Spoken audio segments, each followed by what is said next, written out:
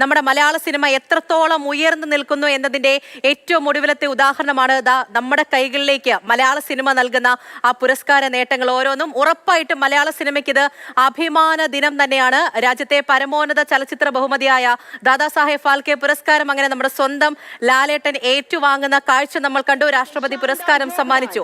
വിജ്ഞാൻ ഭവനിൽ നടന്ന പ്രൗഢഗംഭീര ചടങ്ങിലാണ് മലയാളത്തിന്റെ നടന വിസ്മയ മോഹൻലാൽ പുരസ്കാരം ഏറ്റുവാങ്ങിയത്.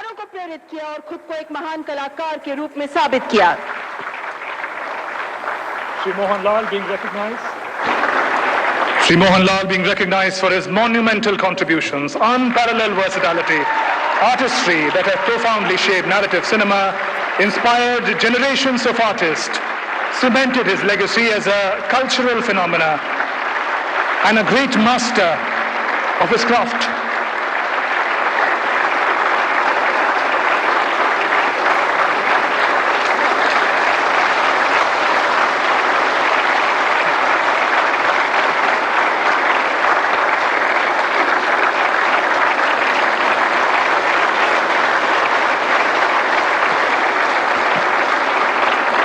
श्री मोहनलाल जी को Dada Saheb Phalke life time achievement पुरस्कार की ढेरों बधाई.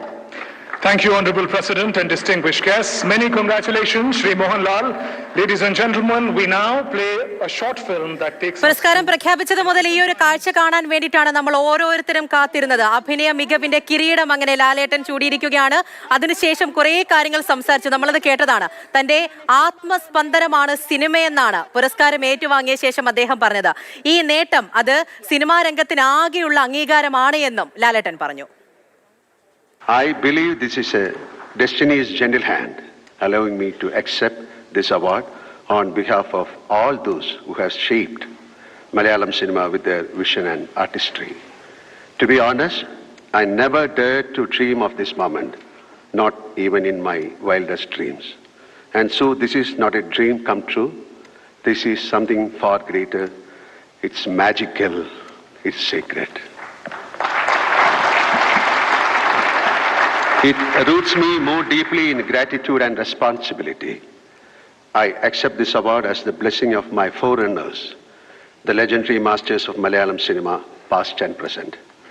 I dedicate it to them, to the vibrant Malayalam film industry, and to the discerning, intelligent audience of Kerala who have nurtured our art with love and insight.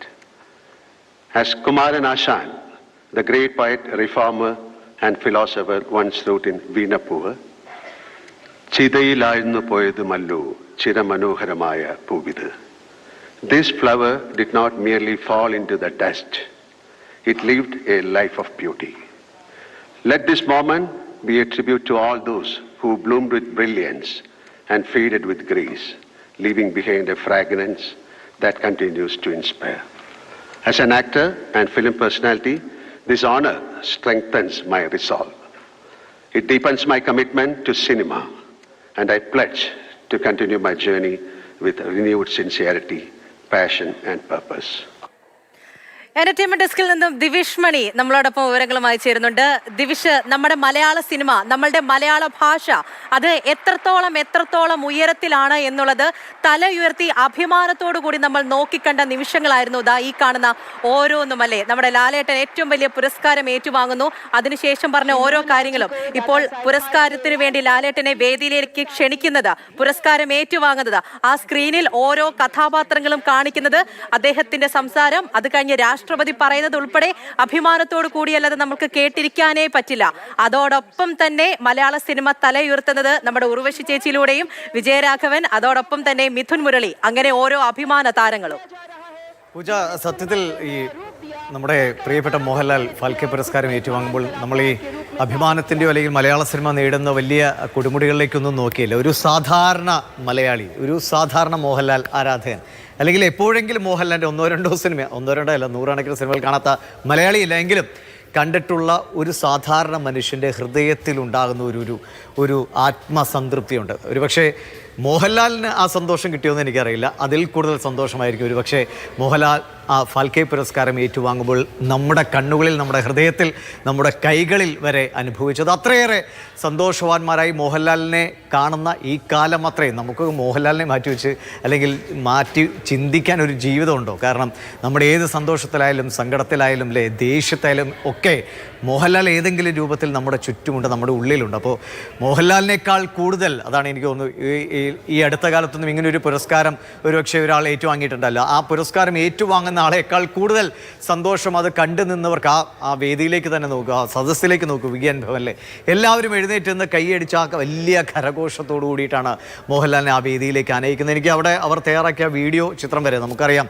ഭരതവും ഇപ്പോൾ കഴിഞ്ഞ ദിവസങ്ങൾ നമ്മൾ ഈ നേട്ടത്തെക്കുറിച്ച് സംസാരിക്കുമ്പോൾ മോഹൻലാലിൻ്റെ പല സിനിമകളിലേക്കും വീണ്ടും വീണ്ടും പോകുമ്പോൾ നമുക്ക് ഏത് സിനിമയാണ്, ഏത് മോഹൻലാൽ കഥാപാത്രത്തെയാണ് മാറ്റി നിർത്താൻ കഴിയും? എല്ലാവരും നമ്മുടെ ഹൃദയത്തിൽ ഇങ്ങനെ ചേക്കേറിയിരിക്കുകയാണ്. അത് എപ്പോഴും നമുക്കൊപ്പമുള്ള ഒരു ദിവസം അല്ലെങ്കിൽ ഒരു മണിക്കൂറിൽ ഒരു സെക്കൻഡെങ്കിലും മോഹൻലാൽ എന്ന് മനസ്സിലൂടെയെങ്കിലും പോകാത്ത മലയാളികളുണ്ടോ എന്നറിയില്ല. അത്രയേറെ അഭിമാനം കൊള്ളുന്ന, ആനന്ദം കൊള്ളുന്ന, എന്താ പറയുക, ആത്മസംതൃപ്തിയിൽ, നിർവൃതിയിൽ നിൽക്കുന്ന ഒരു നിമിഷം എന്ന ഒരു മോഹൻലാൽ ആരാധകന് തീർച്ചയായും ഈ നിമിഷം തോന്നുന്നു. അദ്ദേഹത്തെക്കാൾ ഉപരി മോഹൻലാൽ, ഇപ്പോൾ നമുക്കറിയാം തുടരുമെന്ന സിനിമ വരുമ്പോൾ അതിൽ അവസാനം എഴുതി കാണിച്ച തരുൺമൂർത്തിയുടെ മോഹൻലാൽ തുടരും, മോഹൻലാൽ തുടർന്നുകൊണ്ടേയിരിക്കണം. എത്രയോ പതിറ്റാണ്ടുകളായി, 48 വർഷം. അദ്ദേഹം ഈ പുരസ്കാരം ഏറ്റുവാങ്ങിയ ശേഷവും പറഞ്ഞതും, നമ്മളോട് പുരസ്കാരം ഏറ്റുവാങ്ങിയ ശേഷം കഴിഞ്ഞ ദിവസം മാധ്യമങ്ങളെ കാണുമ്പോഴും പറഞ്ഞ ഒരു കാര്യമുണ്ട്. ലൈറ്റ് ബോയ് വരെ ഈ സിനിമയുടെ ഏത് മേഖലയിലുള്ള അല്ലെങ്കിൽ അതിൽ പ്രവർത്തിച്ച ഓരോരുത്തർക്കും അദ്ദേഹം ഈ പുരസ്കാരം ശരിയാണ്. ഇപ്പോൾ പറഞ്ഞത്, അദ്ദേഹം പറഞ്ഞതും അത് തന്നെയാണ്. നമ്മുടെ മലയാള സിനിമ എന്നുള്ള ആ ഒരു പേര് വീണ്ടും വീണ്ടും ഉയർന്നു കേട്ടുകൊണ്ടേയിരിക്കുകയാണ്. ഇതിൽ പരം അഭിമാനം നമ്മൾക്ക് എന്ത് വേണമല്ലേ? ദിവിഷു പറഞ്ഞതുപോലെ തന്നെ അഭിനയം, അദ്ദേഹത്തിന്റെ അഭിനയം മലയാളികളിലൂടെ ലാലേട്ടൻ ഇനിയും ഇനിയും തുടരും.